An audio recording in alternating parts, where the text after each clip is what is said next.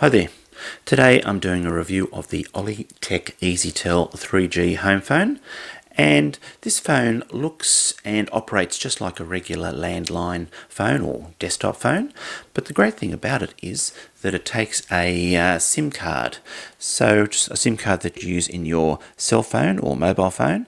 You put your SIM card in the back, and you don't need to worry about having a phone point connected into your house. It operates, it has the flexibility of a cell phone. And there's just one cord with it, and that cord plugs into the power. So I've just pulled that out, and even though I've pulled out the power, it's got a battery backup, which lasts about probably about a day after it's unplugged or the power's switched off. So you've got that battery backup in case you lose power or it gets unplugged for whatever reason. Just plug the cord back in now.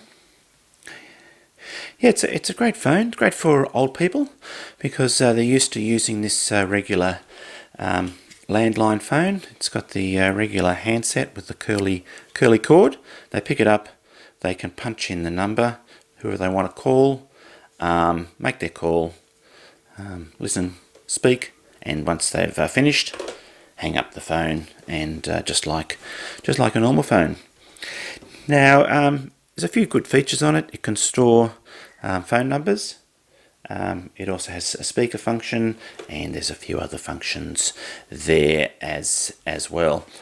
And this one cost, I bought it a couple of years ago in Australia. In Australian dollars, it was around $200, which would be about 150 US dollars. Unfortunately, this phone has been discontinued, this phone, but I had a quick look on the internet, and there's other similar phones that do exactly the same thing, and they're around about the same price. That's sort of 200 Australian dollars for this phone. So yeah, it's been really great.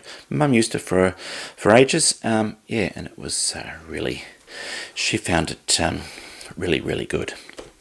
Okay, there we go. Highly recommended. One of these style of phones.